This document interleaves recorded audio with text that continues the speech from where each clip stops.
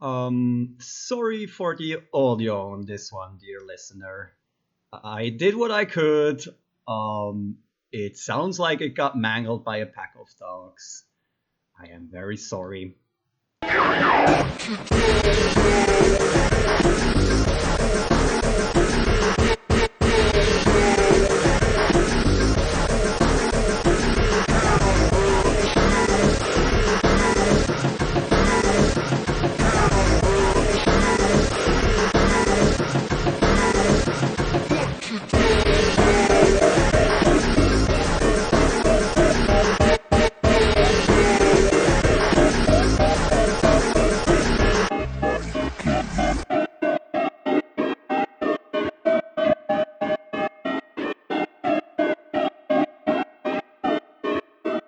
Hello everyone, it's Leon's favorite podcast about new skill 2000 or 2000 X Festival. My co-host, I'm Alice Full of Water, and my co-host.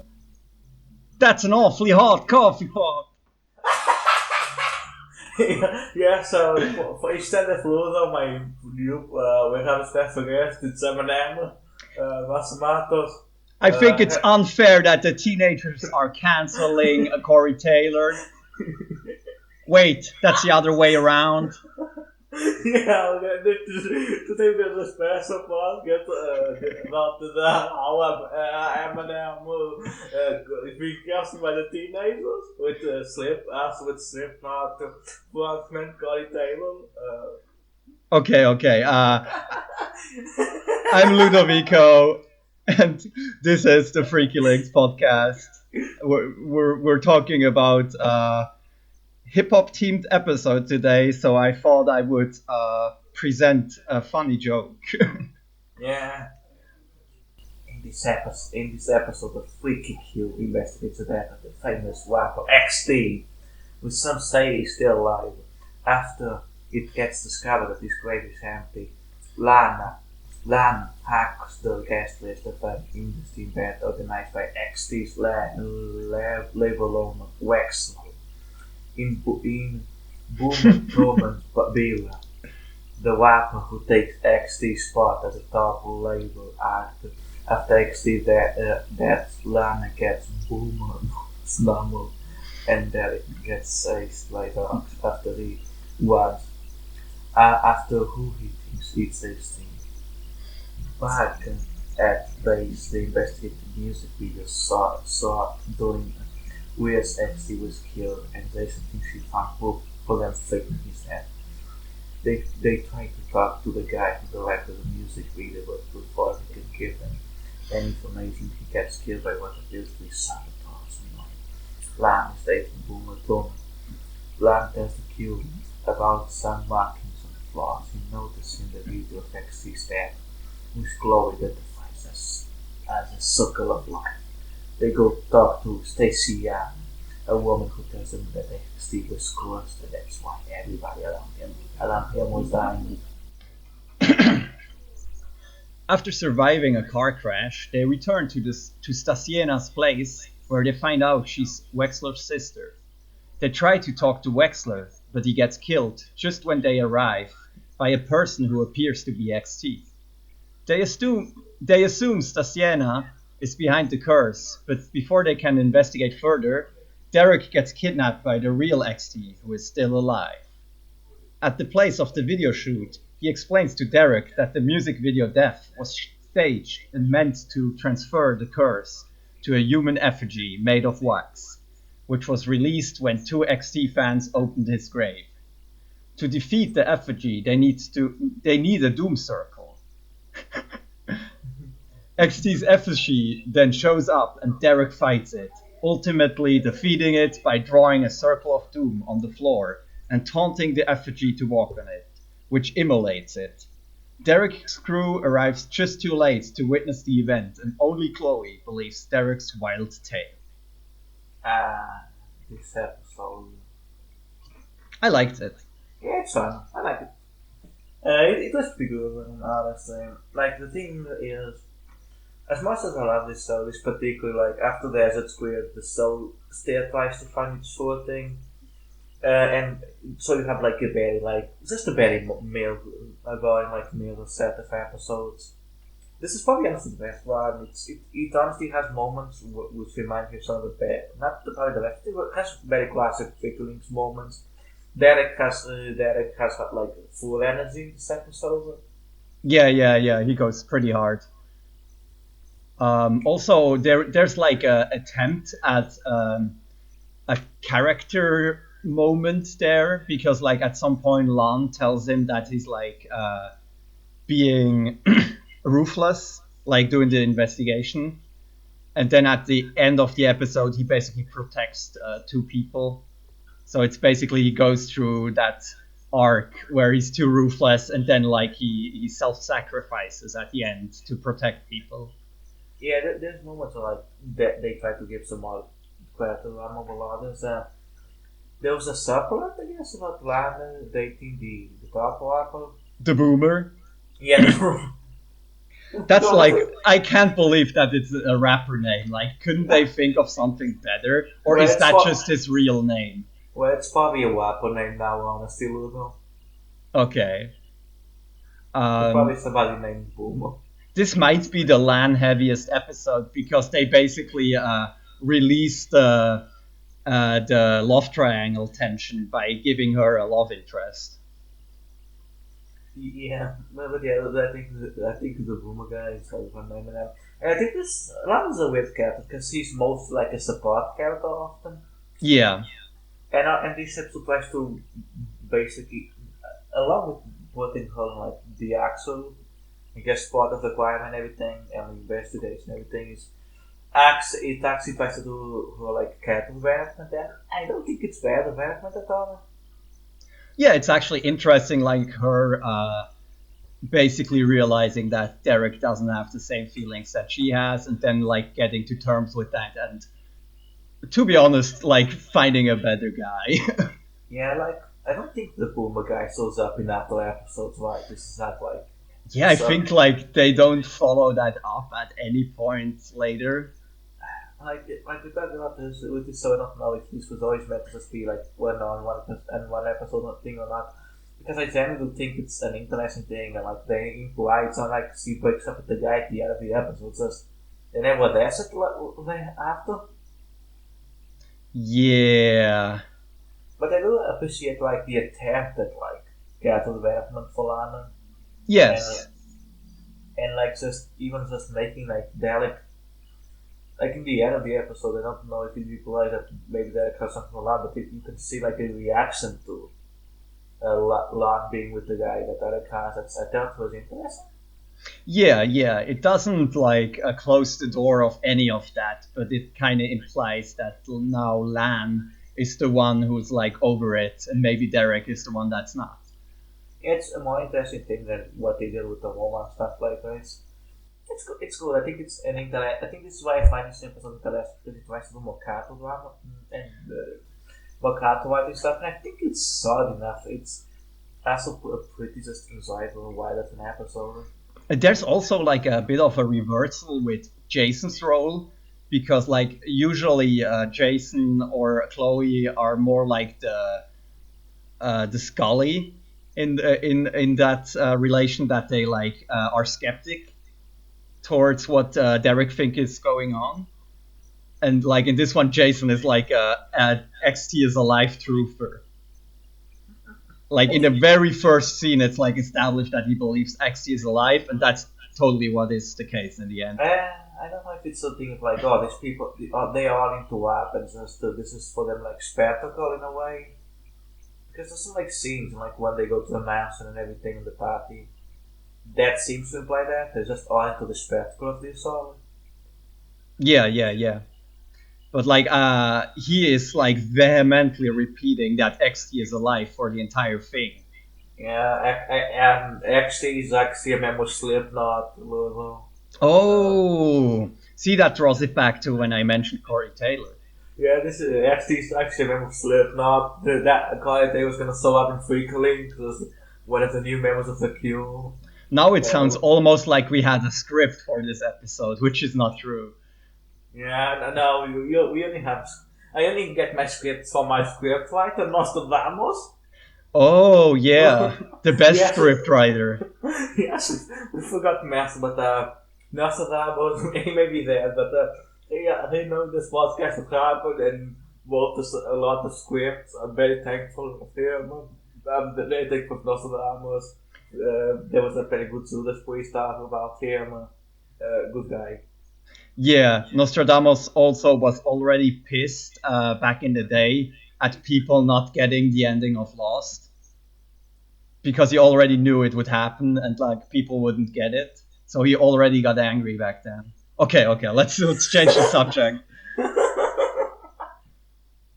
So yeah, this episode, they introduced so many characters this episode that are only in this episode. Like it's astonishing. No other episode I think has that many characters that it, are introduced by name.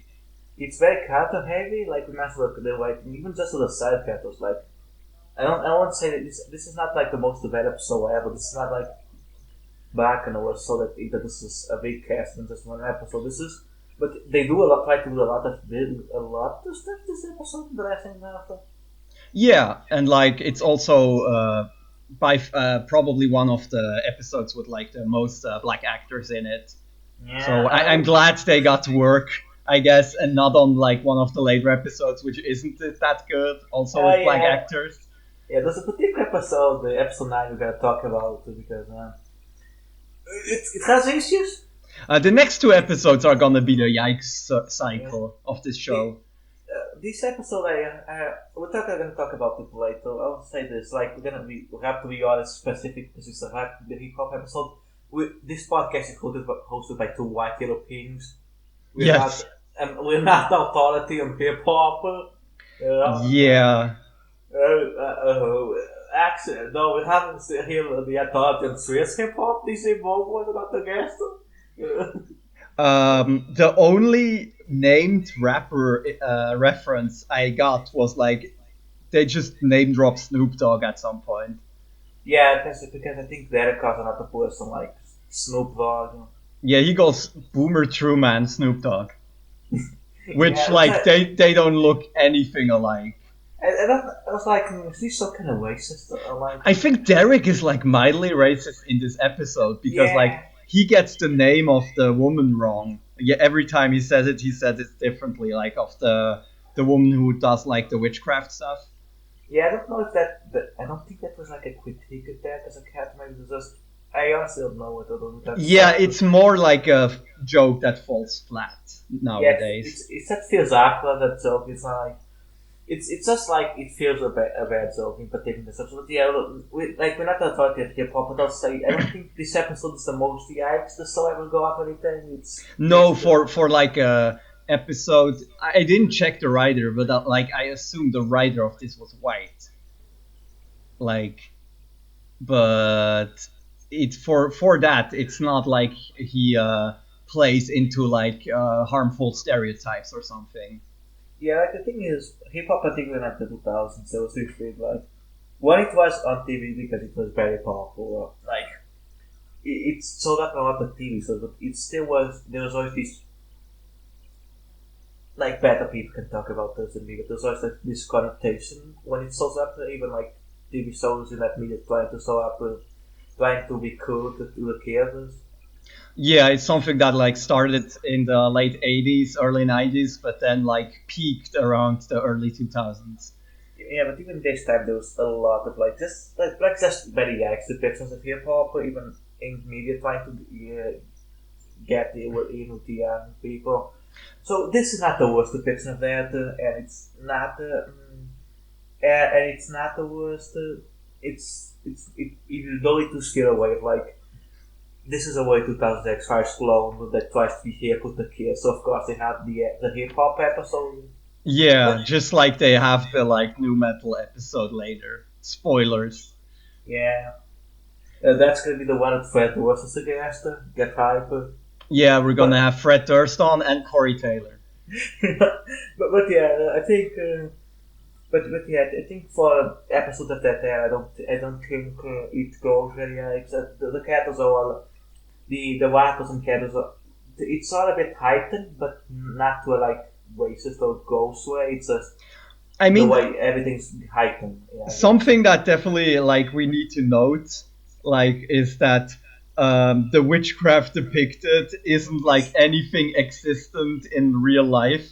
Yeah, yeah. I should say the part regarding hip hop is not the worst, but the specific witchcraft, the witchcraft stuff is its own kind of thing. That's not good enough. Yeah, it's It's not like like this episode's flawed. a pattern of this show of like inventing stuff when there were existent stuff. I mean, there's like a debate if like appropriating or just inventing stuff, which of the two is like can be worse. And I guess it depends. But I'm not sure like with this one. It's like so. In particular, the witchcraft stuff is it's based. It's technically like the thing is that they reference the lesser Antilles. This is the I guess the Dutch side of the Caribbeans historically. They mentioned pavimento, which I would recommend people to actually check out. Pavimento is interesting. It comes from Curaçao, an island in the Caribbean, related to the Dutch colonies. And it's actually, I looked at this because, as everyone knows here in Portuguese, pavimento is actually Portuguese inspired by Portuguese Creole languages and combines that with like Dutch and other languages. Because historically, like Portuguese traders did a lot of trading in Curaçao, and Dutch authorities not control that, so like a lot of that Portuguese Creoleness went, of course, because of the slave trade and everything. It's very interesting. It's a very interesting thing. But yeah, I looked it up, and first they mentioned the wheel of life, and it exists, but it's a Buddhist idea. Yeah, and like it could be a mistranslation because like Wikipedia automatically corrected it to flower of life, and then just So gives you a bunch of mandalas from like Buddhism. so we don't even know if it's inspired by the Buddhist thing. Probably not. Definitely not. Like it also doesn't look anything alike. Yeah, so it's probably not. So it's not. And we did some looking, not the most. So if anybody like knows a lot of more about this, feel free to correct us. But we looked, and the style of witchcraft that shown in this episode does not seem to be a thing in the last Antilles. Yeah, like I was like looking into it during the episode and I couldn't find anything. Like my surface observation was like, oh, maybe this is something like Santeria or maybe voodoo, but like they never mention what kind of witchcraft this is because it's made up. Yeah, it's a very weird part of the episode. It feels weird specifically because this is the hip hop episode. It feels so there's of course a bit of weird connotation, of course. Oh, you need to have witchcraft in the hip hop episode. Yeah, like the like I was like fearing that at some point they would just like start shouting about voodoo, Yeah, which would have been like worse than making up something, I think. I think. I think in particular, I think what is that this part feels very like it feels bad. This whole part, and I don't think I don't think it really helps the episode. Honestly, like the even ignoring that stuff, I don't think the particular stuff with the like human effigy thing affects that interesting. Honestly. I found the idea interesting enough, but mostly like when I hear the word effigy, I'm gonna think about Dark Souls 2, and so I'm gonna automatically be like, hell yeah. Yeah. Um, Heck but yeah, make that Shakespeare. what I noticed, the scene where she does the ritual, and then they get like in a car crash. It actually reminds me of the movie we watched. Um, Wait, what's it called? The Korean So horror movie. the what? Yeah, The The what? Wailing. The wedding. Because like it's also like that effect where you don't know if the ritual is meant to protect or to like attack those people. So like I like that scene because it does like the fast cross cutting between the two places. So like from a just from a cinematographical standpoint, it was like one of the more good looking and interesting scenes in the episode. Speaking of cinematic, how did you think about the fight between the FZ and Dalek? Top 10 anime fights? Yeah, that's like that's like place three in like top 10 anime fights. Like he just whacks him with a steel pipe a bunch of times. It's very outside to talk about this. Freaking Links is not an accent, so they don't have the budget for that. They haven't Yeah, tried to do that. It's incredibly funny. like the effigy uses like its powers, and it's just like loosening a bunch of stuff like from the ceiling to make it fall down. And like there's no explosions. There's like no like effects or anything. It's just stuff falling from the ceiling. Uh, The electrocuting scene, that's where they handled it the best, I think, because like they do a lot with the culling and like with the fast cuts to like give you the idea of like electrocution.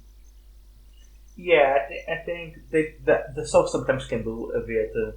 Alright, we're gonna talk about this with the episode of the bikers and the way animated. The show can sometimes use cutting very well to do the action or to do intense moments. And I thought that too was good. Also, I do want to mention the human efforts is the same actor, XT, but Yeah, that saves you money if you don't have yeah, to like cast this different actor for the monster of the week, yeah, it's just the same guy, but like with yes, some wax or maybe some like facial prosthetics once he yeah, gets like beat up with the steel pipes. yeah. I still don't think they ever saw XT and the efforts in the same place. Of course, they would need like a green screen or something. Yeah. And that was like still pretty expensive, like in 2000. It's just, yeah, but I don't know. I think this is a entertaining episode. It's very fun, honestly.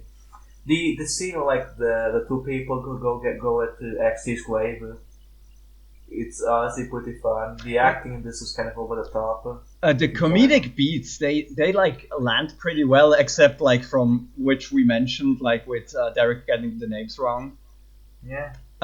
Like there's the whole scene with Chloe in the hospital after the car crash. That is like uh, basically two zingers back to back.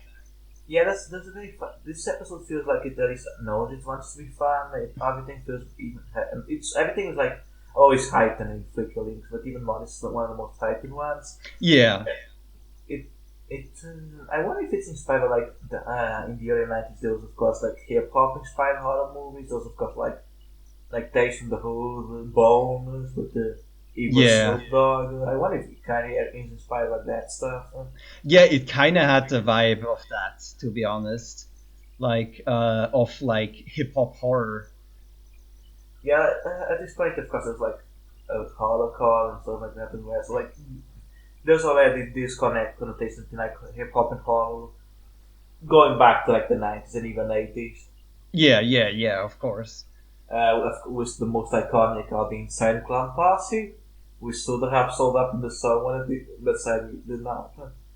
Yeah.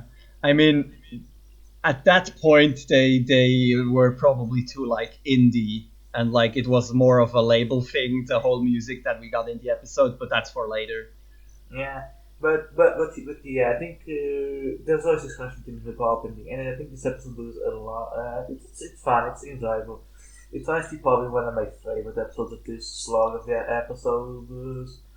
And it has its issues, but it's not the most. It could have been worse because the hip hop made in the 2000s has its issues, like I said before. As a mainstream media and hip hop. But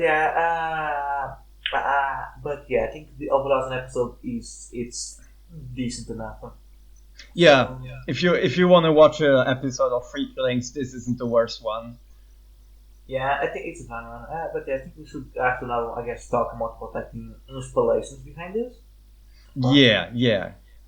So this is very obviously this of course based things I guess to go to more lighter stuff like what was happening like like we mentioned, like not an authority like to like Philippines, not an authority in American hip hop, never been.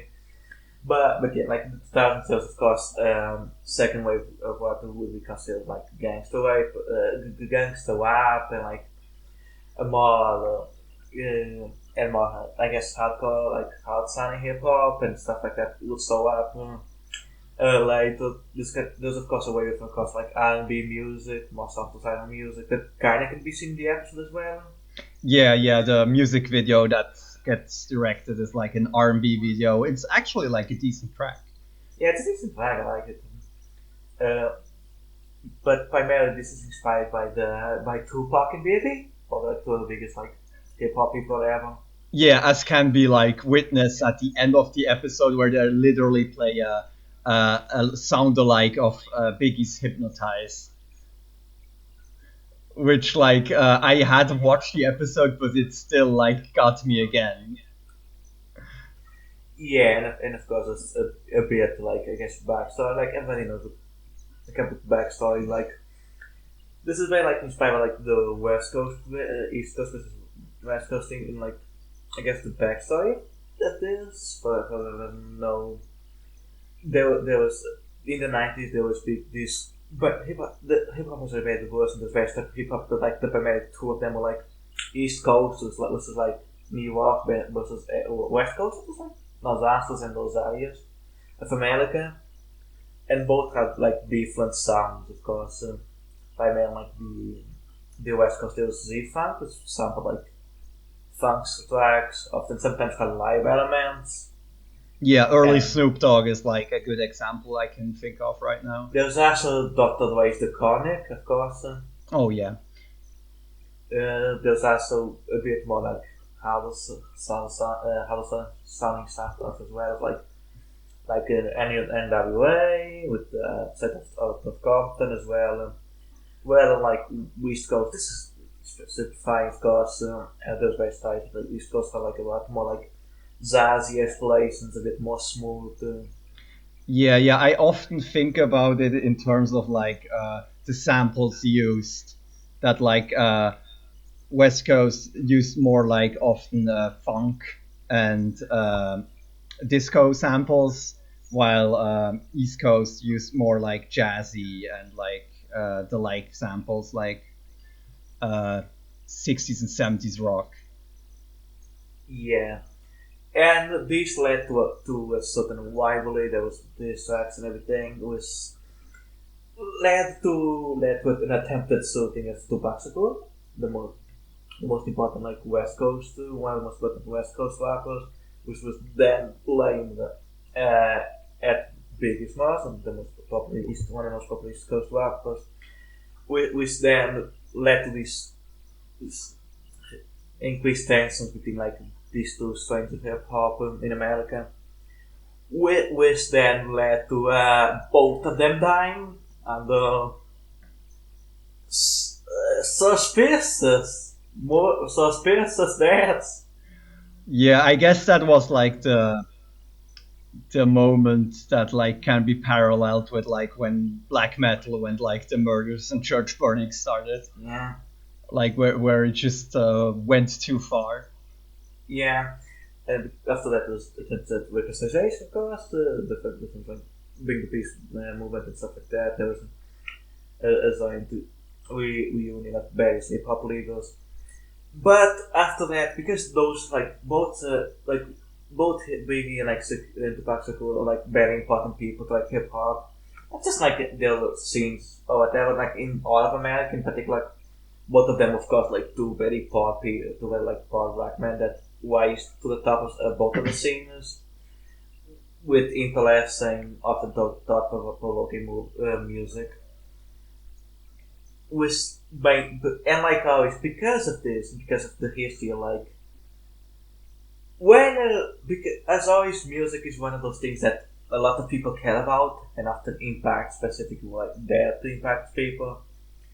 So and you can take respect, of course. This is not the music like when Amelia Earhart disappeared. A lot of people like is she alive? Where she went? And of course, you can take that like back to like the whole like Paul McCartney of the Beatles is that thing. Yeah, like the start of conspiracies of famous people, and then especially like conspiracies around rock stars and famous musicians. And it's not conspiracy. There's always music, as you said, has always a bunch of stories, of course, about the people who make it. There's of course I don't know, but it's like there was an entire composer. I think that of course the story of him like dreaming about the music, so the devil playing the music so good that he wished he could remember, or like the blues musician who sold his soul to the devil. Music is always also about the stories and the myths around people. So of course, when that happens, people specific conspiracy theories and how conspiracy theories form. It's always gonna be that. So this episode is so because of the impact of both people, both Tupac and Biggie Smalls. There was of course a lot of media in the 90s and 2000s that were inspired by this. I'll say this. I was talking to a lot of friends about this episode and they kind of pointed out that like an interesting point. This is very early for like a conspiracy theory episode about Tupac and Biggie, honestly. Yeah, I don't know which years they died, but like it must have been the late 90s. Yeah, but this is still very early because that stuff like they both died like in 1998, so this was like 2001. So like this the song doing it was actually maybe one of the first songs doing it, honestly. Yeah, they were really early jumping on the conspiracy train. Yeah, along with the mole people, they always knew. Yeah, yeah, yeah. There's a pattern of that going through the show.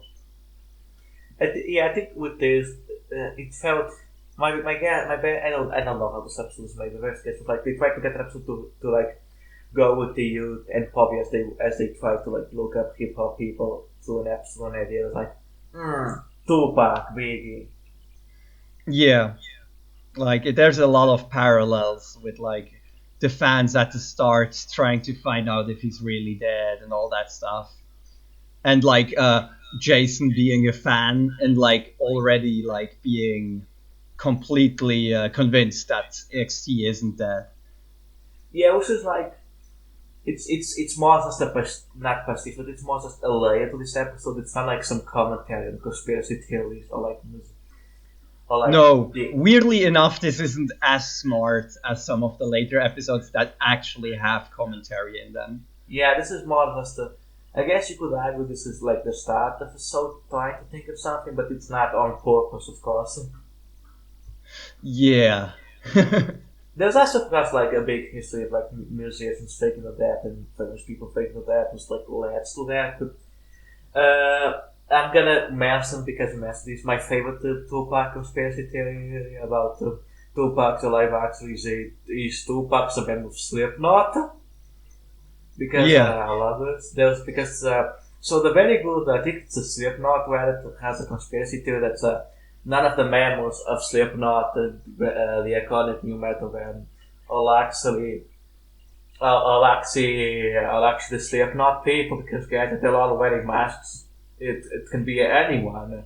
And actually, Tupac is a member of Slipknot.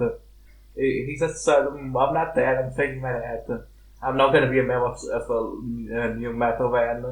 It makes so much sense because like why wouldn't you fake your death to get out of the music business to then rejoin the music business but like in another group? But Tupac's just went into new metal, we don't know, he just went like to Slipknot. He heard a Corn demo and like it changed his life. Oh, God, I guess what's your favorite like video like Tupac conspiracy theory, Ludo? It's one sentence. Tupac alive and well in Serbia. Oh, oh Like my man. just the thought of like this one black guy being like in the middle of the Balkan where there aren't like a lot of black immigrants and just not being totally not being like any people that like film him or photograph him to like prove that he's alive. Like Uh, it's like if I it's like if I went to like Japan to try to hide myself, well, and I'm but just like a 5'9" white person. I do have some elements from. I was doing some weird stories on the some conspiracy theories around both of them. That I found some I think from last year about some guy making a new movie about how actually Tupac is alive in New Mexico and Right. looking You for you showed me a picture of that like Tupac lookalike. and actually and the article it's very good. Actually, Tupac's alive in New Mexico, and this random guy is gonna find him on his low budget movie. So this means like people are basically cryptic, cryptid hunting for the Tupac in New Mexico. I guess it's the thing. Do you consider like this is another question? Do you consider like is the idea of like conspiracy theories about like dead people being actually alive, specifically like celebrities, like cryptids, like a new form of cryptids? Mm, like I thought about that as I said it, and like cryptids are like creatures that are like different from humans, I guess, and just a human being still alive doesn't make it a cryptid, I guess.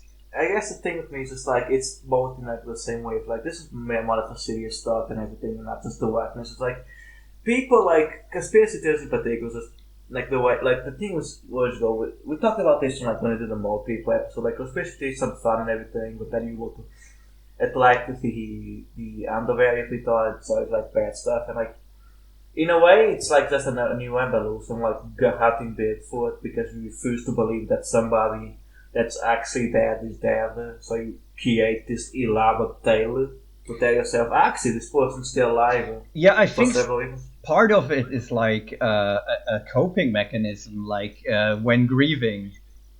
Like there's like these different stages of grief, and I think some people just stay at that one point where they can't get over it and just have to believe in some version of the world where that person never died. Yeah, it's like a thing because, like I mean, music means a lot to a lot of people. So a lot of people, like, of course, there's bad people who are listening, and everything. Like a lot of people can just not handle specific that it's some complicated, messy, bad thing. So a lot of people can just not handle specific like a non-famous person, like a celebrity that makes music that matters to them, that matters to a specific ex person. So the episode kind of touches on that, honestly, if I remember well, along what X in that being that means, but it's very like it's a small bit. I don't think it's even commentary. Yeah, and like the motivation in the episode of him is basically to get out of the music business because it's like taking up all his time and like ruining his relationship and all that. Yeah, there's some stuff like it with XT's wife, I think. Yes, I even wrote up her name because, like I said, everybody has like a name here. I'm gonna move the paper now because I learned that from like conservative pundits. Like that proves to people that you have the evidence and that it's Yeah, real. yeah, you have the evidence. We got to defeat them with tooth and loss, I believe. Okay, Joy. Pr- oh my own writing is horrible.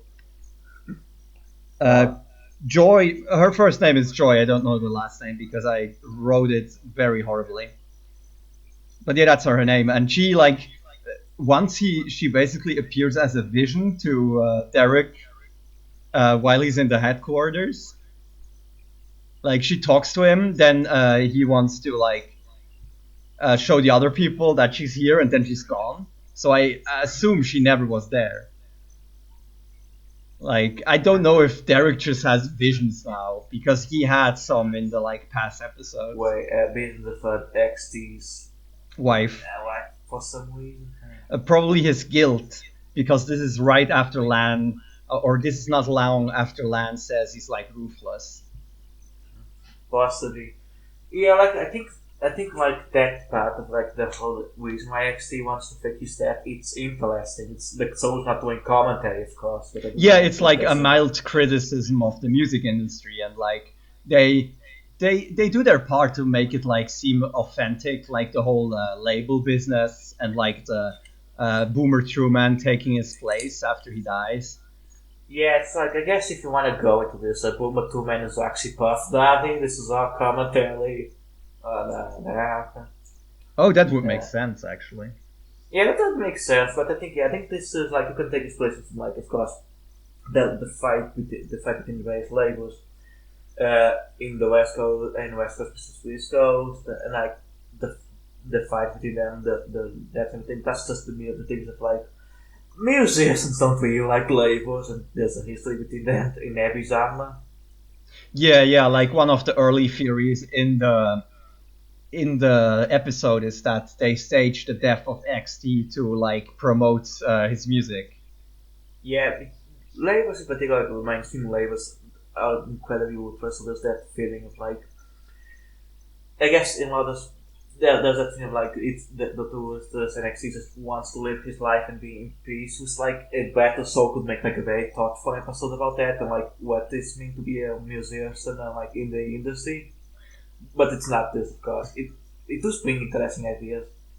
Also, I just remembered that when they hack the guest list, they make up a fake rap name for Jason. What say since I forgot about that. Ice Pick. I get because I think that's Ice Cube, Ice T. Yeah, it's probably a Ice Cube or Ice T reference, one of the both. Maybe both, honesty. Yeah, take your pick. Which one you think gets referenced here? With Ice Cube team, with Ice Team Rapper. Aren't they both like from different scenes as well, like Ice Cube and Ice T? Actually, Probably. is it one from the East Coast and one from the West? Actually, If I that'd knew be fun. about hip hop, I would have told the Tupac Biggie story. So I Wow, really don't know. wow, wow, wow. Like my No, my knowledge of hip hop is I listen to the tracks that like whip, and that's basically it. I really don't and research a lot. don't forget your accent expert on Swiss hip hop, Ludo. Yes, DJ Bobo and Stress and the guy who changed his name because it sounded so much like the N word. But he was black, so it's kind of okay. He just said when he went to America that name didn't really go over very well, so he had to change it. Yeah, Oh, yeah, I think there's interesting ideas of personalities because it's a very much feeling that well, that's like I would argue this episode's the most. The other episodes kind of do that even if they're very problematic and yikes, but it's Freakling's trying almost going there to being its final face of social commentary. yeah, like this is the pupation, like this is the cocoon out of which like the final episodes are gonna hatch, where they actually try to like do some commentary on like show business and TV and stuff like that. But yeah, Yeah, that's gonna be a good time. Like that's probably the episodes where I'm gonna have to do like a lot of thinking and analysis, and that yeah. wasn't really necessary here. Yeah, I think this was us. We had a good talk about this. Honestly, it's pretty good to talk about this. I think it's a good episode. I guess I will ask you before I go to the music. What? Why do you think Freakalings? Because this is like a rematch, like we talked about. This is probably the best episode of this. Why do you think Freakalings after like Desert Square is having a bit of I guess damn weird middle Abla slump? Is it just because this is a TV show and it's middle face in the It's first probably season? because of the like different writers and their qualities. Like, pretty sure this isn't the same.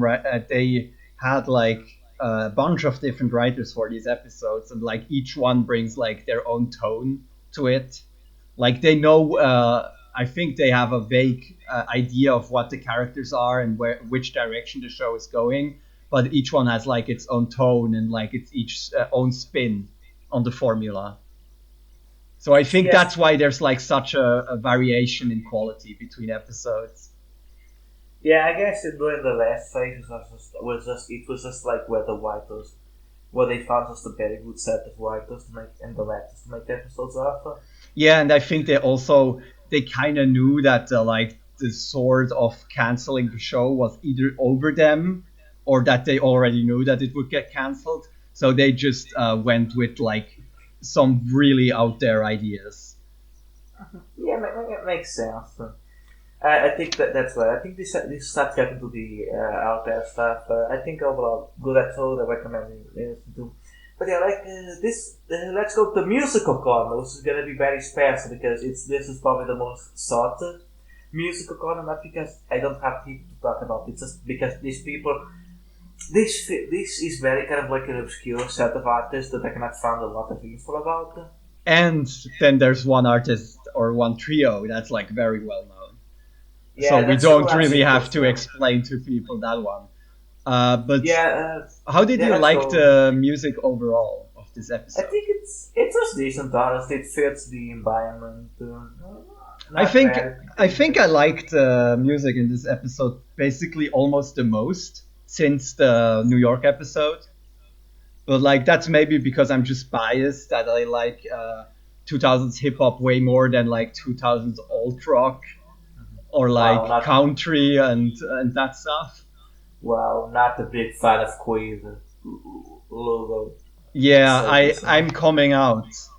I'm coming out as a not Creed liker. Well, Scott Stapp is gonna find us and invite us in this podcast. I mean, look Scott at the Stapp, if you wanna. covers. They're so ugly. But yeah, I guess yeah, I think this episode has fantastic music. It fits the episode with those. I do like the R&B video thing. Honestly, it was pretty Yeah. fun. It feels very fitting of the tone and prestige and does a lot of interesting stuff.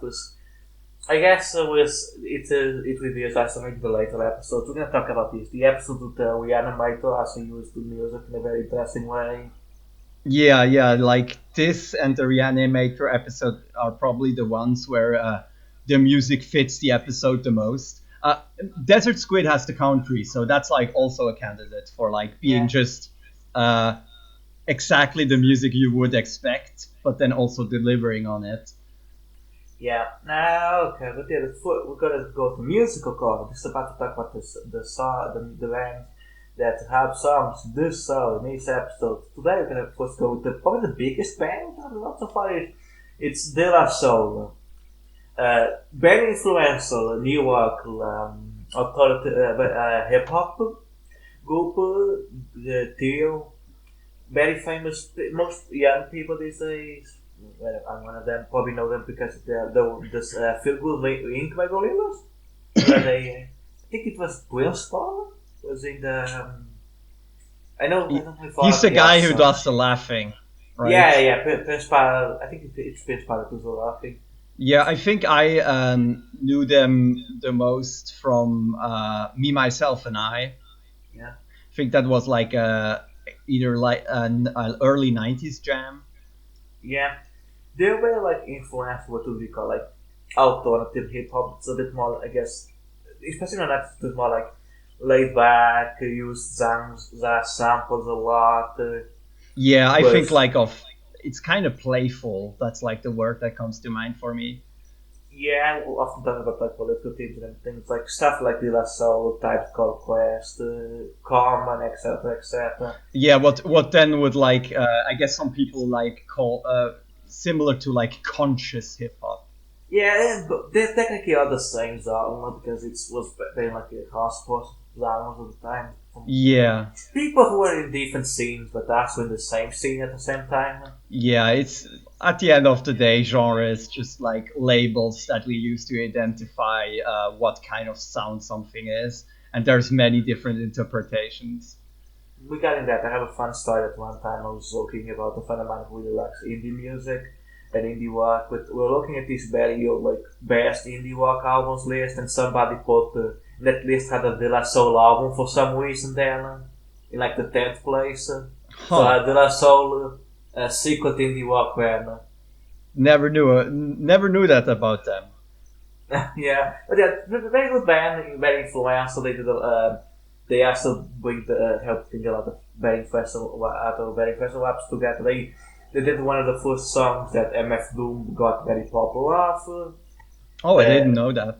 yeah, I think one of the first things when MF Doom started using the mask was like with De La Soul. Oh, that's And cool. but yeah, they have a good things. I would honestly just give an album recommendation because I do like that stuff. They're The first album, 3 Feet High and Rising, is pretty good. That's I think the one that has me and myself and I in like summertime, Sunday and stuff. It's very good band. The other one, so second we had nothing to do with, now actually, nothing, I Can Do Too by Cole. So here's the thing about Cole. I think he's not an action up or whatever, because here's the thing.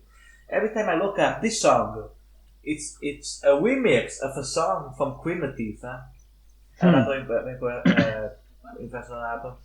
Uh, remixed by the Neptunes. The Neptunes are, God, I can't remember, but one of them on Is Valer, the fat guy, did the happy song.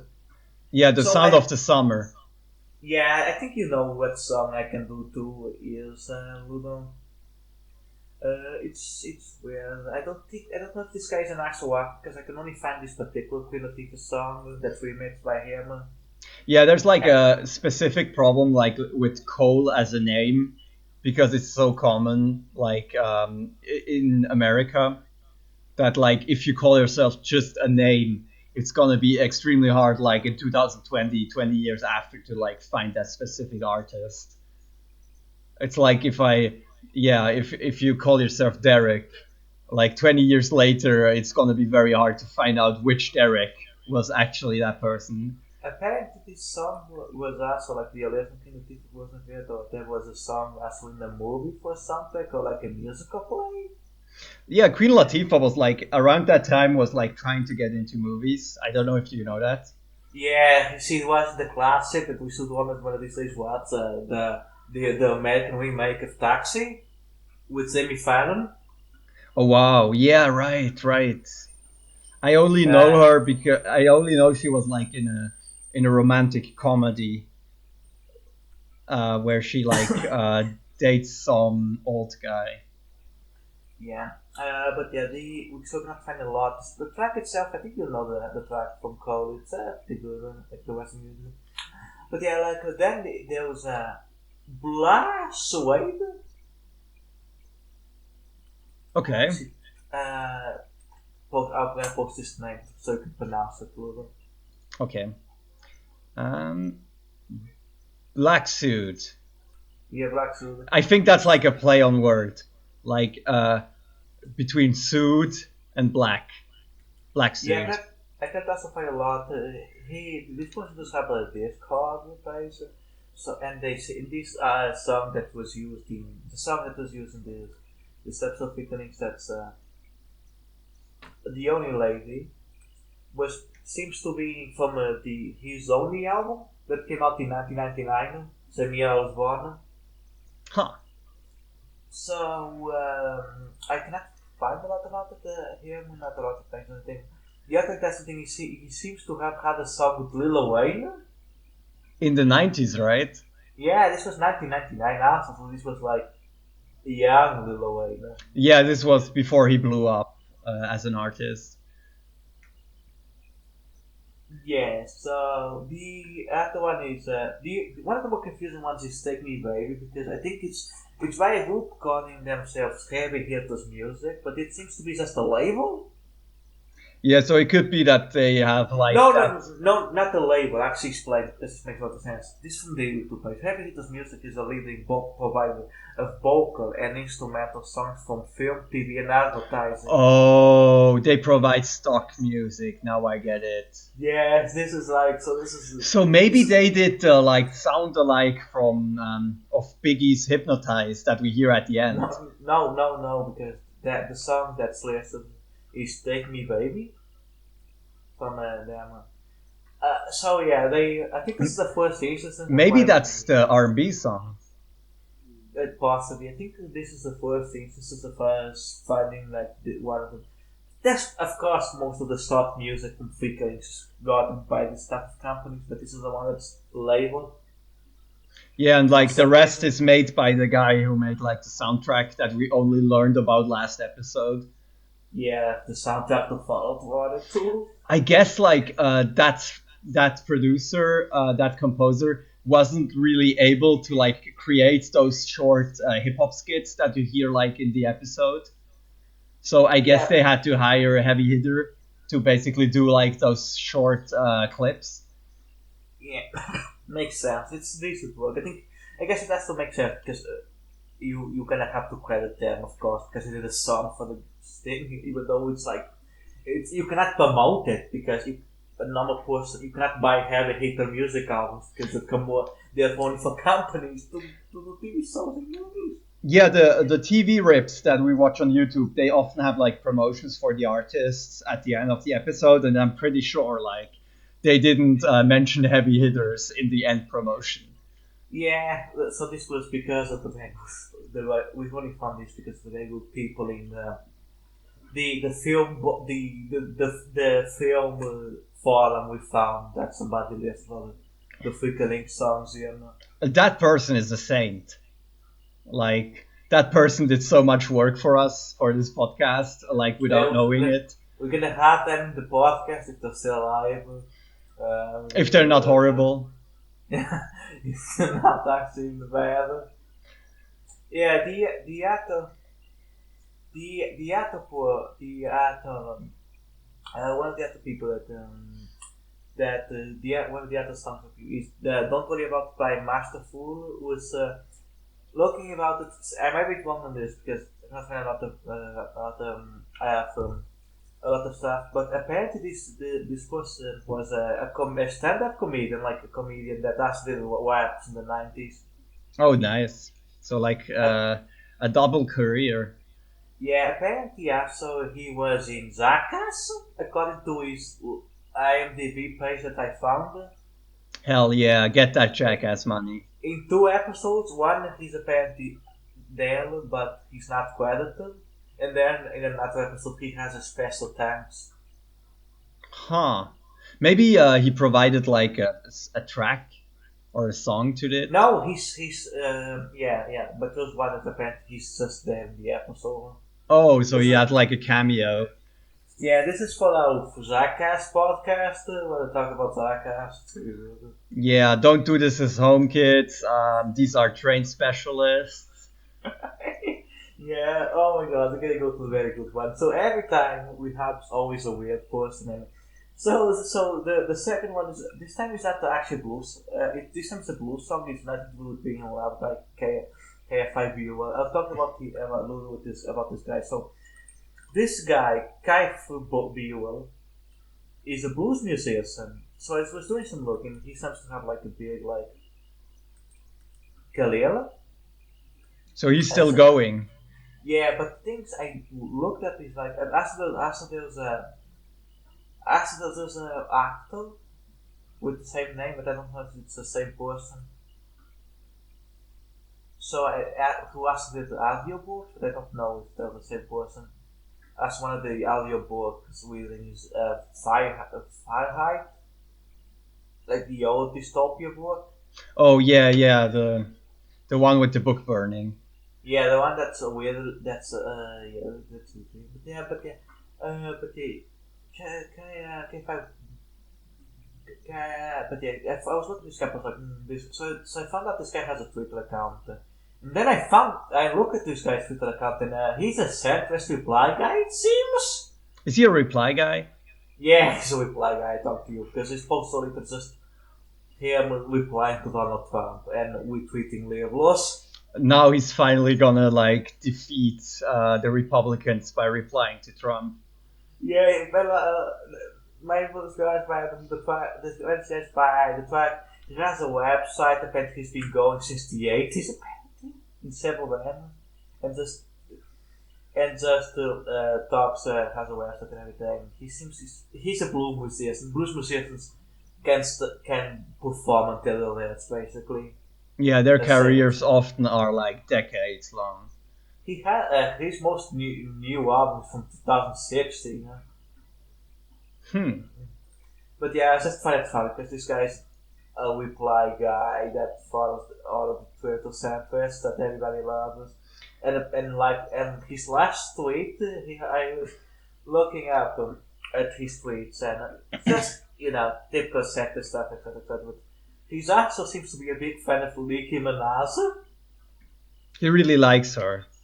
Yeah, I'm a big fan of like what's Nicki Minaj song? I mean, that's maybe Sort of. good because, like, if you like Nicki Minaj after WAP, you at least aren't like some kind of like a Puritan. At least, like, you respect that women can be horny and that it's okay. But I Yeah. think that about wraps it up for today, No, right? there was one more person. Oh, who did you miss? Oh, who did I Swift! miss? 5 Year Waves by Swift featuring NYCA. Uh, NYCA. yeah, I don't know any of these persons actually. So I was Nice. looking. So I was looking up. I cannot find anything about Swift or NCA. Yeah, it's like with Swift, it's another one of those where the word is so common that like And finding it's something about that artist 20 years later is gonna be so hard. yeah, like this is gonna happen. We're gonna get more famous people later on. The next episode has another famous band, but sometimes like there's a situation where at certain points, basically like it's a thing that like this a lot this sort of skill or 2001 X Files clone. Where there's famous people in the soundtrack, a lot of it is obscure people that nobody remembers or tries to archive. Also, there's a pattern of us revealing that some of those artists have like very bad opinions online or something. Like we had once with the guy with the Russian wife. Russian wife guy. Russian wife reply guy. No, he wasn't a reply guy, but I just wanted to say that. But yeah, I think this can wrap it up because of this. That's not funny enough. I'm looking next time we're gonna talk about something more problematic with an imaginary Filipino vampire. Yeah, That's gonna be really, it's gonna get yikes. yeah, it's really good. Yeah, but yeah, So like always, thanks for listening. Thanks for always listening. Thanks for supporting the show and everything. You can find me alles voor de water. Alles voor water. On Twitter, alles voor de water on YouTube and Twitter. I'm on Twitter, Ludovico underscore limited or under slash, as I said in some episodes. Sorry, I might have said the wrong words. I don't know English words. And I'm Wow. also on Twitch with the same name. So And yeah, see y'all next time. Bye. I mean, you get thrown up against the wall by a shapeshifter. Pterodactyl attacks you in my car. And a desert squid nearly rips your head off. I'm sorry. Derek. Derek. Yeah, right here. Derek, it wasn't Wait, speak up. Derek, it wasn't a pterodactyl. It was a pteranodon.